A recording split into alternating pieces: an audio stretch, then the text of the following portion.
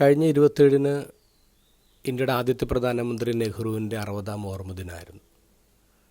അന്നേ ദിനം മാതൃഭൂമി പത്രത്തിൽ വന്ന എഡിറ്റോറിയൽ സൂപ്പറാണ്. 2 സംഭവങ്ങൾ അവർ എഴുതിയിട്ടുള്ളത്. ഒന്ന്, കഴിഞ്ഞ വർഷം ഏപ്രിൽ മാസത്തിൽ നരേന്ദ്രമോദി മൈസൂരിൽ പോയി താമസിച്ചു, ഒരു ആഡംബര ഹോട്ടലിൽ. അതിൻ്റെ ബില്ല് 80 ലക്ഷം രൂപയായിരുന്നു. അതിതുവരെ കൊടുത്തിട്ടില്ല.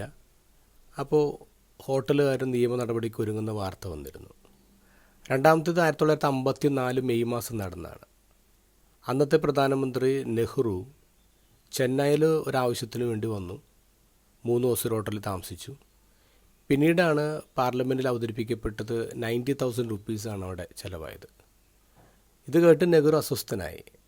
അദ്ദേഹം എല്ലാ മുഖ്യമന്ത്രിമാർക്കും ചെലവ് ചുരുക്കണമെന്ന് പറഞ്ഞിട്ട് കത്തെഴുതി. ആ കത്തിലൊരു വാചകം ഇങ്ങനെയാണ്: ഞാൻ അത്ര വിലപിടിപ്പുള്ളവനാണെങ്കിൽ ഇനി അങ്ങോട്ട് യാത്രകൾ ചെയ്യുന്നില്ലെന്ന് എനിക്ക് തീരുമാനം എടുക്കേണ്ടി വരും.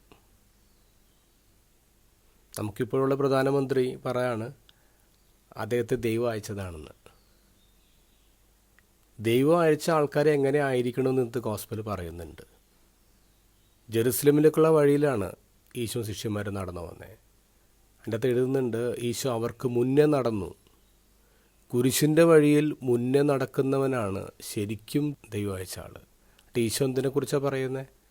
ഞാൻ പരിഹസിക്കപ്പെടും, എൻ്റെ മേത്ത് ആൾക്കാർ തുപ്പും, അടിക്കും, കൊല്ലപ്പെടും. കുരിശാണ് എൻ്റെ മുന്നിലുള്ളത്.